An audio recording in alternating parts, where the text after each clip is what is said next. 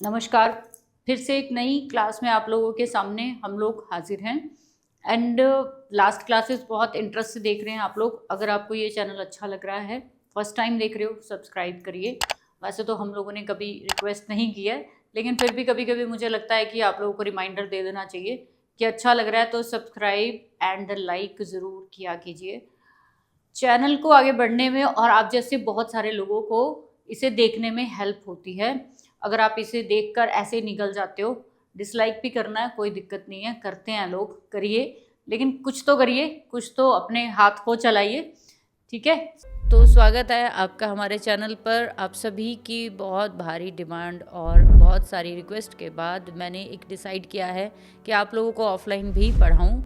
तो पिछले काफ़ी सालों से जो मैंने सीखा है, जो भी आप लोगों के लिए पढ़ा है और अपने लिए भी पढ़ा है, तो वो सभी आपको स्टेप बाय स्टेप सिखाने की कोशिश करूँगी। आप लोग जो भी ऑफलाइन प्रेडिक्टिव एस्ट्रोलॉजी, नवतारा या नक्षत्र के किसी भी कोर्स में इंटरेस्टेड है सीखने में, तो प्लीज़ नीचे डिस्क्रिप्शन में जो हमने लिंक एंड नंबर दिए हैं उस पर कॉन्टैक्ट ज़रूर करें। आपके जीवन में बदलाव लाने की हमेशा मैंने कोशिश की है और रियल एक्चुअल नॉलेज आपको देने की कोशिश की है। और मैं सिर्फ किताबी बात नहीं करती हूँ, हमेशा ऑब्जर्वेशन पे बात करती हूँ, वही आपको सिखाने वाली हूँ। तो आप लोग अगर इंटरेस्टेड है तो प्लीज़ जल्दी से जल्दी कॉन्टैक्ट करें।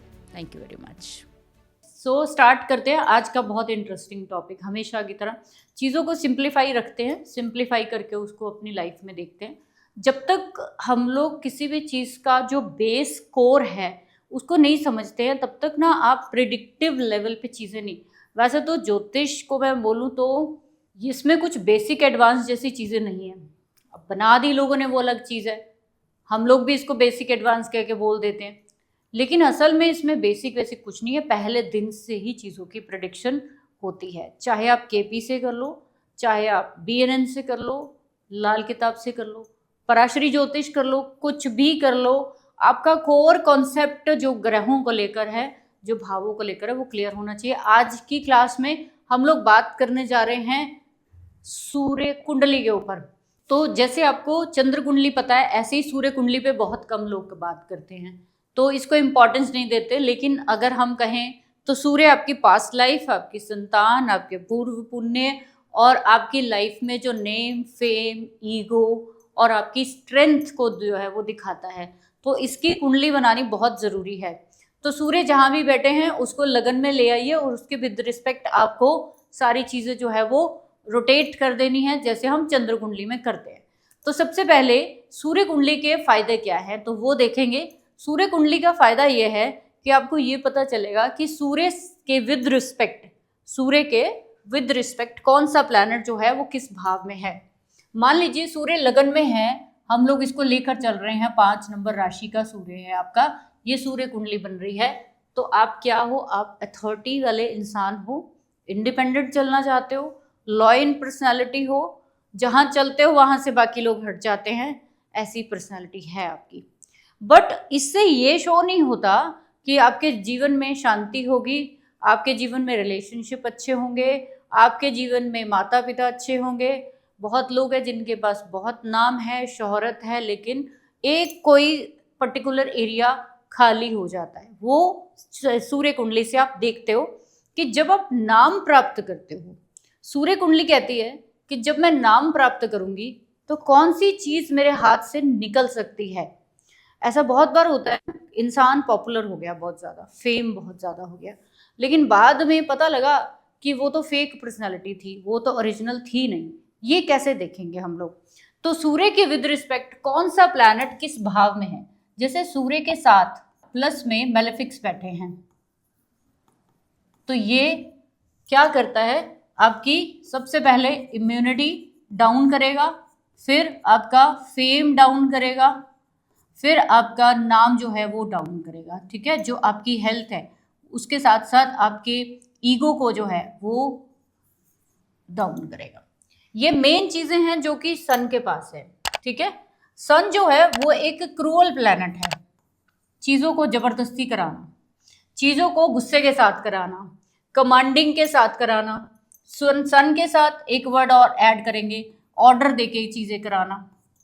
तो सूर्य आपका जहाँ पे भी जिस प्लैनेट के साथ बैठा है, वहां पे आप ऑर्डर पास करना चाहते हो लेकिन आप नहीं कर पाते क्योंकि सूर्य के साथ मेलेफिक है। अब ये मेलेफिक एक ही कितने तरह से जुड़ सकते हैं, साथ में बैठ जाए, ट्राइन में बैठ जाए और सामने से बैठ जाए। तो कितने तरह से सूर्य को जो है वो अफ्लिक्टेड कर सकते हैं मेलेफिक।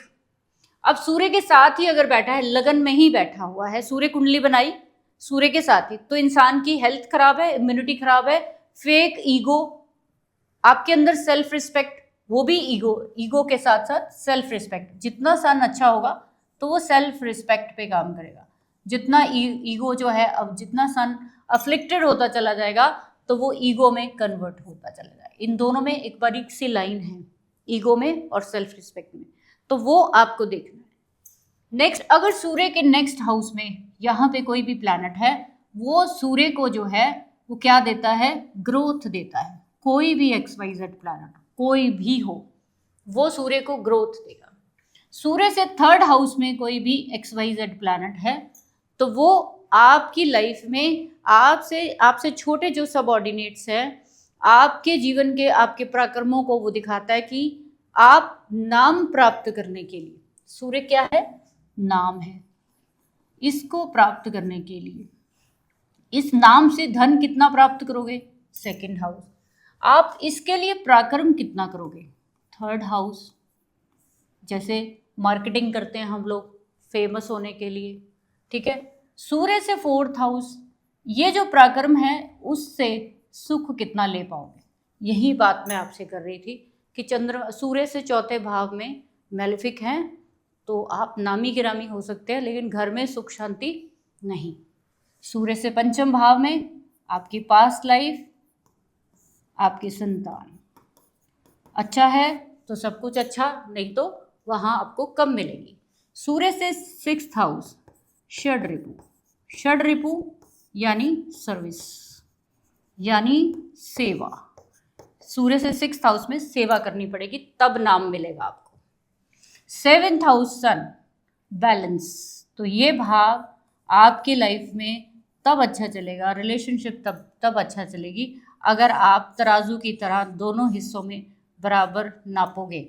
अगर एक नापोगे तो फिर दिक्कत है, ठीक। सूर्य से एट्थ में कोई भी प्लैनेट बैठा है, ये मैंने इसलिए 12 भाव में लिखा है सारे सूर्य, क्योंकि किसी ना किसी का हो सकता है 8 नंबर राशि का हो, 9 का हो, 10 का हो, तो आप उसको लगन बना पाओ इस तरीके से, ठीक है। तो सूर्य से एट्थ में जो प्लैनेट है वो डैमेज या डिजास्टर प्लैनेट है, जो आपके नेम और फेम को खत्म कर सकते हैं। सूर्य से नौवां आपकी जीवन में भाग्य को दिखाते हैं कि अगर आपका नाम हुआ तो भाग्य उदय होगा। क्या ये जरूरी है कि किसी का नाम है तो वो फॉर्चुनेट ही बंदा होगा? नहीं।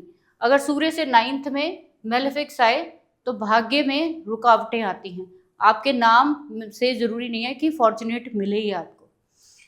सूर्य से 10वां घर, आपको यहाँ पे अगर कोई भी चीज़ें खराब मिलती हैं तो जीवन में जो आपका करियर, आपकी प्रतिष्ठा, वो सभी पे धब्बा लगता है।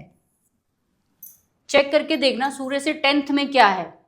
सूर्य से 10th में 10th हाउस जो होता है वो करियर कर्मा का होता है, नेम फेम और स्टेटस का होता है, इसलिए सूर्य को यहाँ दिग्बली मानते हैं हम लोग। आप देखो कि सूर्य से 10th में अगर कोई भी मेलेफिक है तो आपको स्टेटस, नेम, फेम कुछ भी नहीं प्राप्त होता। आप सिर्फ वहाँ पे हार्ड वर्क और सिर्फ डिले, सिर्फ और सिर्फ चीज़ें जो है वो नेगेटिव ही फेस करते हो। अच्छा प्लैनेट है तो आपको सब कुछ अच्छा ही मिलेगा। सूर्य से 10th में आपको दिखाता है कि आपकी सन जो है वो सोल को दिखाता है, नैसर्गिक आत्मा का कारक है सूर्य। तो सूर्य से 10th में आपकी आत्मा का जो काम है वो यहाँ पे दिखेगा आपको। सूर्य से 11 आपका नेटवर्क। अब जो भी लोग पॉलिटिक्स में हैं उनके लिए सूर्य से 11th हाउस, सूर्य से 4th हाउस वेरी इंपॉर्टेंट। जितने भी पॉलिटिशियन हैं उनके अगर सूर्य से 4th या 11th में मेलेफिक्स हुए तो उनको पॉलिटिक्स में फ़ायदा नहीं मिलेगा, ठीक है। आगे चलते हैं। सूर्य से 12वें घर में जो प्लैनेट है वो क्या कराते हैं, चैरिटी कराते हैं, और दूसरा वो इसमें लॉस कराते हैं।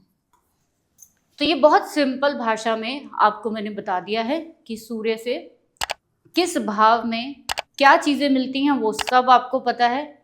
अगर किसी व्यक्ति को नाम मिला लेकिन रिश्ते नहीं मिले तो सूर्य से 7वें भाव में चेक करिए। किसी व्यक्ति को नाम मिला लेकिन साथ में काम नहीं मिला तो सूर्य से 10वें घर चेक करेंगे। इस तरीके से आप सूर्य कुंडली को देखेंगे तो आपको बहुत कुछ समझ में आएगा कि सूर्य हमारी आत्मा को रिप्रेजेंट कर रहा है। तो आत्मा का काम होता है आपको आपके आत्मबल से काम कराना। तो वहाँ पे आप करते हो कि नहीं करते हो, कैसा वहाँ पे रिजल्ट मिलेगा, सब कुछ है तो यही 12 भावों में ही। हर प्लैनेट के विद रिस्पेक्ट आपको वो चीज़ देखनी चाहिए। तो ये एक छोटा सा वीडियो आप लोगों के लिए है, इसको देखिए और अपने चार्ट को रोटेट करके सूर्य कुंडली बनाइए और उसके विद रिस्पेक्ट सारे भावों में सारे प्लैनेट्स को चेक करिए कि किसने नाम देने के बाद आपको क्या चीज़ छिन गई आपसे। Thank you very much.